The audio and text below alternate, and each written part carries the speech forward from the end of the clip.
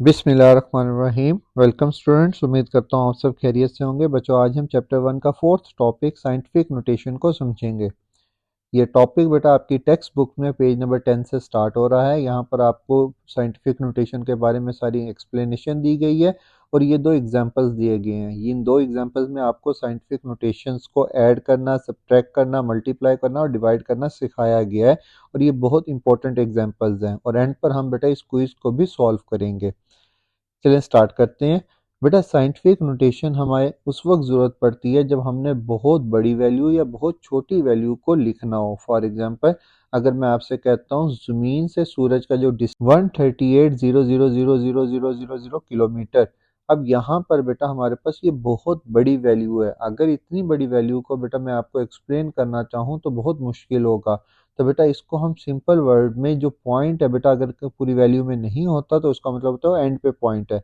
इस यहाँ से पॉइंट को बेटा फर्स्ट नॉन जीरो वैल्यूज के बाद शिफ्ट करूंगा तो बेटा ये टोटल 8 डिजिट बनते हैं। तो बेटा इसको मैं लिख सकता हूँ 1.38 10⁸ किलोमीटर। अब ये इतनी बड़ी वैल्यू को बेटा जब हम इस 10 की पावर में लिखेंगे तो बेटा ये साइंटिफिक नोटेशन कहलाएगा। इसी तरह बेटा अगर मैं कहता हूँ हाइड्रोजन एटम का जो डायमीटर है वो है बेटा 0.00000052 मीटर, मतलब ये इतनी छोटी वैल्यू है जिसको एक्सप्लेन करना बहुत मुश्किल है। लेकिन अगर इसी पॉइंट को बेटा मैं लेफ्ट से राइट, मतलब यहाँ से यहाँ शिफ्ट करूंगा तो बेटा 10 की पावर को माइनस में लिखूंगा और माइनस साइन शो करेगा स्मॉल वैल्यू को। और यहाँ पर बेटा ये वैल्यू लिख सकते हैं हम, क्योंकि 11 डिजिट शिफ्ट किया हमने तो 5.2 10⁻11। और बेटा ये हमारे पास साइंटिफिक नोटेशन में वैल्यू आ गई। अब बेटा साइंटिफिक नोटेशन को डिफाइन कैसे करेंगे? ये एक ऐसा मेथड है जिसमें हम बहुत बड़ी वैल्यू या बहुत छोटी वैल्यू को कंपैक्ट करके इजी टू रीड फॉर्म में लिखते हैं। The scientific notation is the method of writing very large और very small number in a compact easy to read form. Instead of writing out all the zeros, we express the number as the product of number between 1 and 9 and the power of 10. ये थी बेटा इसकी definition और इन दोनों में से आपने एक एग्जांपल लाजमी साथ याद रखनी है। अब बेटा जो आपको एग्जांपल्स दी गई हैं एडिशन और सब्ट्रैक्ट करने की और मल्टीप्लाई डिवाइड करने की, उसको समझना है हमने। बेटा साइंटिफिक नोटेशन को सिर्फ हम उस वक्त ऐड और सब्ट्रैक्ट कर सकते हैं जब उसका एक्सपोनेंट सेम हो, मतलब जब उसकी 10 की पावर सेम हो तब हम उसको ऐड या सब्ट्रैक्ट कर सकते हैं।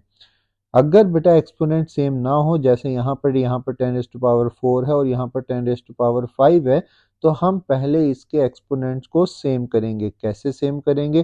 फर्स्ट कर लो बेटा, यहाँ पर था 3.28 10⁻5, तो बेटा मैं पहले इसको 10⁻5 से 10⁻4 बनाऊंगा और पॉइंट को इधर शिफ्ट करूंगा तो बेटा ये वैल्यू बन जाएगी 32.8 10⁻4 मीटर। अब बेटा ये 10⁻4 मीटर हो गया और ये भी 10⁻4 मीटर में है, तो दोनों की 10 की पावर्स जो हैं वो सेम हो चुकी है। इन दोनों को यहाँ से कॉमन लेंगे और 5.123 को ऐड करेंगे 32.8 के साथ, और बेटा जब हम इनको ऐड करेंगे तो बेटा हमारे पास आएगा 37.923 10⁻4 मीटर।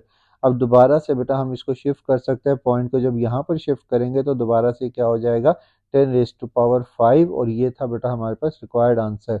और बेटा ये इन्फॉर्मेशन आपकी साइड इन्फॉर्मेशन में दी गई है कि एडिशन और सब्ट्रैक्शन जो है सिर्फ उस वक्त पॉसिबल होंगे जब हमारे पास सेम एक्सपोनेंट्स होंगे। अब बेटा नेक्स्ट है हमारे पास सब्ट्रैक्शन। सब्ट्रैक्शन के केस में भी बेटा हमारे पास सेम एक्सपोनेंट होने चाहिए। यहाँ पर 10⁻⁻2 है और यहाँ पर 10⁻3 है। सबसे पहले हम इसको 10⁻2 करेंगे, मतलब पॉइंट को एक इस तरफ शिफ्ट करेंगे तो बेटा दोनों 10 की पावर सेम हो चुकी है। अब दोनों को कॉमन लेकर यहाँ पर इन दोनों को सब्ट्रैक्ट करेंगे। सब्ट्रैक्ट करने के बाद जो आंसर आया बेटा वो आया हमारे पास 2.227 10⁻2 मिलीमीटर। अब मिली को, जब मिली की वैल्यू होती है बेटा हमारे पास 10⁻3 10⁻3, तो बेटा 10⁻3 और 10⁻2 मिलके हो जाएगा 10⁻5। और मीटर हमारे पास एसआई यूनिट है। आपने जो भी आंसर लिखना है बेटा एसआई यूनिट्स में लिखना है। तो बेटा ये हो गया 2.227 10⁻5 मीटर।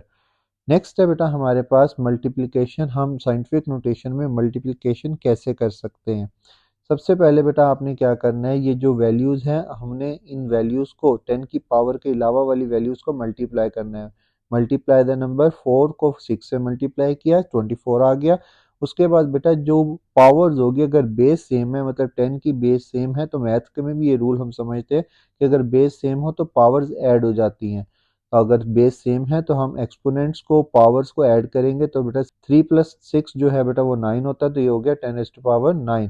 तो बेटा इसका रिजल्ट आएगा इन दोनों को मल्टीप्लाई करके 24 और 10⁻9, और साथ बेटा हम उसके यूनिट भी लिखेंगे। और अगर बेटा हम यहाँ पर 2.4 साइंटिफिक नोटेशन में लिखें तो बेटा पॉइंट को पीछे शिफ्ट करेंगे तो ये हो जाएगा 2.4, और 10 की पावर में एक ऐड हो जाएगा 10⁻10 kgm, और ये हमारे साथ साथ यूनिट आ गया। कि ये यूनिट कहाँ से आया, kg बेटा इसका पहली वैल्यू का यूनिट था और m जो है बेटा दूसरी वैल्यू का यूनिट था।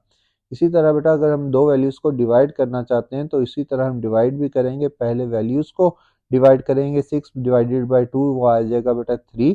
और इसी तरह बेटा हम सब्ट्रैक्ट करेंगे बेटा इन वैल्यूज़ को, 10 की वैल्यूज़ को। अगर बेस सेम है और वैल्यूज़ डिवाइड हो रही है तो हम इनको सब्ट्रैक्ट करेंगे। तो बेटा यहाँ पर देखिएगा डिवाइड में इसके साथ पहले से माइनस था, तो माइनस माइनस प्लस हो जाएगा और 10⁸ बन जाएगा, और वैल्यू आएगी 3 × 10⁸8, और ये इसका रिक्वायर्ड आंसर था।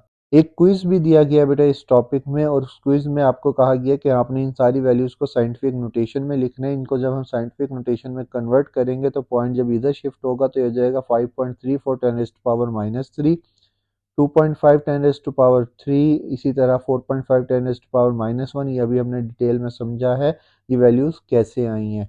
ये था बेटा आज का लेक्चर। अच्छा लगा हो तो लाइक और सब्सक्राइब करना मत भूलिएगा। थैंक यू, खुदा हाफिज़।